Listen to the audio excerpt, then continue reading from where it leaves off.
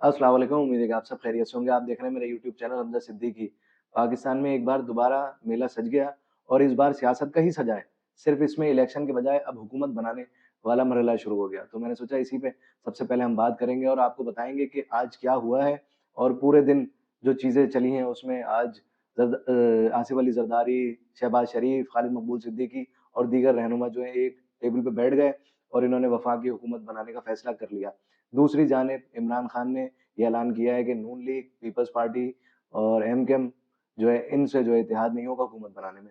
अब इसमें 2 चीज़ें हैं, एक तो केपी की हुकूमत है, उसमें उनको जो है 10 या 12 सीटों की ज़रूरत है और उसके बाद वो हुकूमत बना लेंगे, सादा-सी अक्सरियत वैसे भी उनके पास मौजूद है वहाँ। इस पे भी बात करेंगे जो वो अली अमीन गंडापुर को वहाँ पे वज़ीर आला नामज़द कर रहे हैं, जो कि उनमें आपसी भी इख्तिलाफ हो गया। पहले जानिब चलें कि ये जो वफ़ाक़ी हुकूमत बनने जा रही है, इसमें कौन-कौन लोग शुमार हैं। तो अगर हम देखें कि इसमें जो भी ये लोग हैं, इनकी अगर हम सीटों की बात करें, तो 75 जो हैं नून लीग की हैं नेशनल असेंबली में, 54 जो हैं पीपल्स पार्टी की हैं, 17 जो हैं एमकेएम पाकिस्तान की हैं और 17 ही बाकी जो दीगर सियासी जमातें हैं, उनकी हैं। तो ये लगभग जो है 163 के करीब हो जाती हैं, तो 20 हैं जिसमें से 173 पे जो है हुकूमत बननी है और 10 उनके पास कम रह जाएँगी और हो सकता है वो जो ये आज़ाद उम्मीदवार हैं, जो 101 इनमें से 8-10 जो हैं या 20 के करीब, सुनने में तो आ रहा है कि 30 जो हैं आज़ाद उम्मीदवार ऐसे हैं, जो पीटीआई से मुंसलिक नहीं है, लेकिन वो क्लेम कर रहे हैं कि ये उन्हीं के हैं। अब अगर बात करें कि जो इमरान खान ने बयान दिया है कि इन 3 पार्टियों से जो है इत्तेहाद नहीं होगा हुकूमत बनाने में, तो इसमें जो है इमरान खान या इनकी सियासी जमात से ये पूछा जाए कि 100 जो है आपके पास ये मौजूद हैं और अगर हम इसमें से जो है इन तीनों सियासी जमात को हटा दें तो सिर्फ़ आपके पास और 17 रह जाते हैं। और अगर ये मान भी लिया जाए कि ये 101 जो सीटें हैं नेशनल असेंबली की वो आप ही की हैं, बाकी किसी और आज़ाद उम्मीदवार की नहीं है, तो भी आपके पास 118 ही जो सीटें हैं जो आप तक जो हैं पूरी होंगी।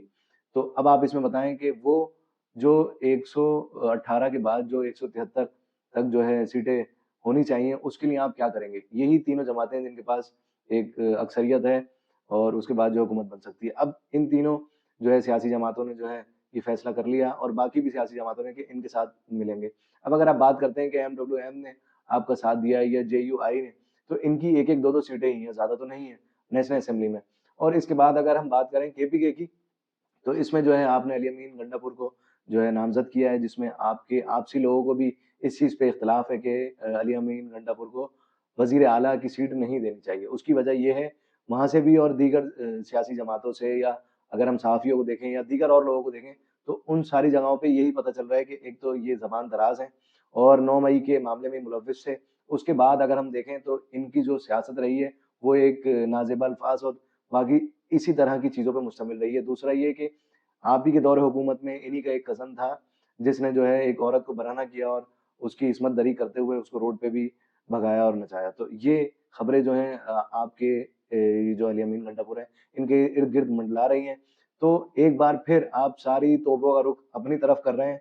जैसे आपने उस्मान बुज़दार को पंजाब का वज़ीर आला बना के सारी तोपों का रुख अपनी तरफ कर लिया था। सारे सहाफ़ी और दीगर लोग जो हैं आप पे तनकीद करना शुरू हो गए थे। आप दोबारा वही गलती करने जा रहे हैं कि एक तो इंसान ज़बान दराज़ है, उसके बाद बाकी चीज़ों में मुलव्विस है। फिर उसके बाद सबसे इम्पोर्टेंट बात जो हैरानकुन है कि टीटीपी, तहरीक-ए-तालिबान पाकिस्तान जो पाकिस्तान में दहशतगर्दी कर रहे हैं, उन्होंने जो है प्रेस रिलीज़ जारी की है और अली अमीन गंडापुर को मुबारकबाद दी है। तो इस चीज़ को देखना चाहिए कि जो मुल्क के खिलाफ हैं, आपकी आवाम के खिलाफ हैं, लोगों को जो है मार रहे हैं, आपके रियासी इदारों पे हमला कर रहे हैं, आपकी सियासत के जो लोग हैं, सियासी लोग हैं, उन पे भी हमला किया जा रहा है। तो ऐसे शख्स को जो तालिबान वो भी वो तालिबान जो दहशतगर्द हैं, वो अगर आपको जो है इस तरीके से मुबारकबाद दें, तो क्या आपको लगता है कि इस तरीके से ये सारी चीज़ें होना बेहतर है? फिर अगर इन्हीं की एक और बात देखी जाए तो इसमें ये है कि इन्होंने एक गाड़ी में जो जा रहे थे इसमें उसमें शराब की बोतल और एक क्लाशन कोफ़्ती जो कि वो बाद में शहद या उसपे चीज़ें हुई जैसे हमने सिंध में भी देखा पहले कि इस तरीके की चीज़ें हुई कि शराब को जो है उन्होंने शहद बना दिया और इस तरीके की चीज़ें ये चलती रही हैं सियासत में। तो क्या आपको लगता है अवाम को भी ये समझना चाहिए और देखना चाहिए कि क्या ऐसे लोग जिनको आप वोट देते हैं, इस तरीके के लोग अगर आपकी नुमाइंदगी करेंगे आपके सूबे की, तो क्या उस सूबे में बेहतरी आएगी और उस सूबे के साथ-साथ जो भी हालात और वाक़यात हैं, जो एक एक सबसे अहम किरदार है इंसान के अखलाक का, अगर वो भी खराब है, तो फिर आप सोचें कि क्या मतलब हुकूमत बनेगी और क्या होगा। बहरहाल, अगर हम दूसरी तरफ चलें कि हुकूमत मज़ीद जो बनने जा रही है, जैसे आसिफ अली ज़रदारी ने कहा कि हम पीटीआई को भी इसमें शामिल करना चाहते हैं। तो बात ये है कि बहुत सारे इख्तिलाफ़ात और दीगर चीज़ें सियासी जमातों में चलती हैं। इन्हीं की करप्शन या दीगर इन सारे लोगों से ही गुज़र के आए हैं, जो कि अब आप भी गुज़र रहे हैं। तो इमरान खान को चाहिए कि जो ये लोग इकॉनमी की बात कर रहे हैं, भरोसा तो ना अब आप पे है, ना ही बाकी लोगों पे, कि हुकूमत जिसकी भी आए, तो उसमें इकॉनमी बेहतर करने की जो एक उम्मीद दिलाई जा रही है, इस पे उम्मीद ही रख सकते हैं। आप या ये सारे लोग जो हैं, हुकूमत में रहते हुए ये तो बताते हैं कि हमारी जो जीडीपी या दीगर चीज़ें बेहतर चल रही हैं, लेकिन एक आम आदमी को जो है फ़ायदा नहीं होता है।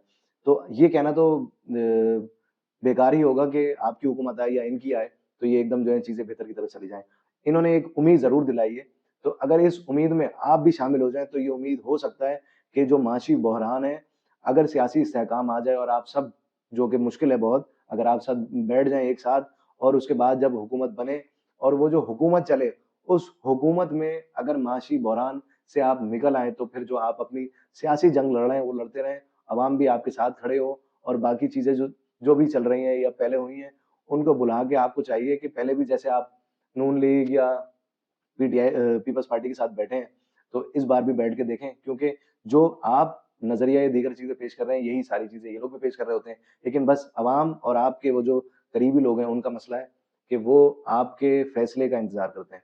तो जब आप उनके खिलाफ फैसला दे देते हैं, तो वो उनके खिलाफ हैं। अगर आप आज पीपल्स पार्टी और नून लीग या इन लोगों की हुकूमत बनाने में अगर आप इनके हक में खड़े होंगे, तो यही अवाम, यही लोग आपके उनकी तरफ खड़े हो जाएँगे। ये बात अलग है कि उसके बाद आपकी सियासत खत्म हो जाएगी, आपके बाकी मामलात, आप पे तनकीद बेतहाशा होगी। लेकिन इस तनकीद के साथ ये जो 25 करोड़ अवाम है, जो माशी बहरान से अब तक निकली नहीं है, और ये जो एक आम आदमी जो है, हर मामले के लिए मुश्किल का सामना कर रहा होता है।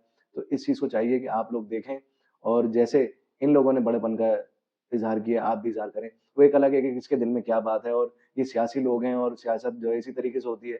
तो हमें ये भी पता है कि सियासत आपकी तरफ से भी कैसी हुई है और इनकी तरफ से भी कैसी हुई है। कौन अच्छा है, कौन बुरा है, ये तो इस चीज़ पे यहाँ मुवाज़ना करना बेकार है।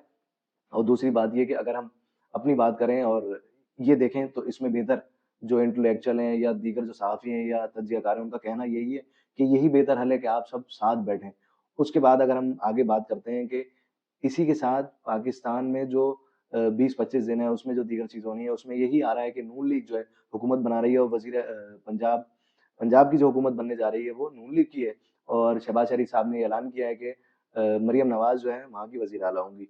फिर सिंध के हवाले से ये है कि सिंध में जो हुकूमत बनने जा रही है सूबाई सतह पे, वो पीपल्स पार्टी की होगी, क्योंकि वहाँ की अक्सरियत उनके पास ज़्यादा है। इन लोगों से 1 करोड़ इख्तिलाफ़ात, लेकिन जो बिलावल भुट्टो ज़रदारी ने ये बात की है कि हमारे पास वफ़ाक में जाने का मैंडेट नहीं है और हम हुकूमत के साथ खड़े हैं, लेकिन हम जो वज़ीर-आज़म का वोट है वो हम जो है नून लीग को देंगे। तो ये एक बड़ी ज़िम्मेदारी का मुज़ाहिरा है।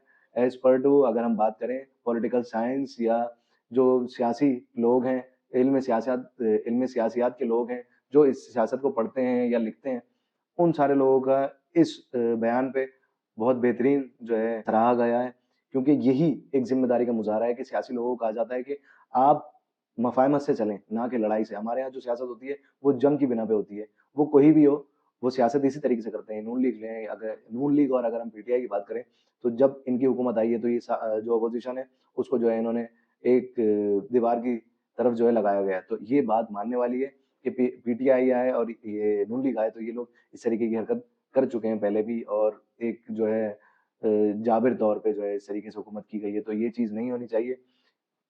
पीपल्स पार्टी से करप्शन, दीगर मामला, सिंध सिंध में बहुत सारे मामलात हैं, जो कि सही नहीं हुए। कराची का बहुत बुरा हाल है, पीपल्स पार्टी ने इन सारी चीज़ों का बहुत बेड़ा गर्क किया है। लेकिन अगर इनके सियासी बयान और दीगर चीज़ों की बात की जाए, तो वो बहुत बेहतरीन है, हमें इस चीज़ को भी देखना चाहिए। असल में हमारे यहाँ मसला ये है कि अगर हम किसी शख्स को बुरा कहते हैं, तो उसकी हम मुकम्मल तौर पे सारी चीज़ें वही कर देते हैं।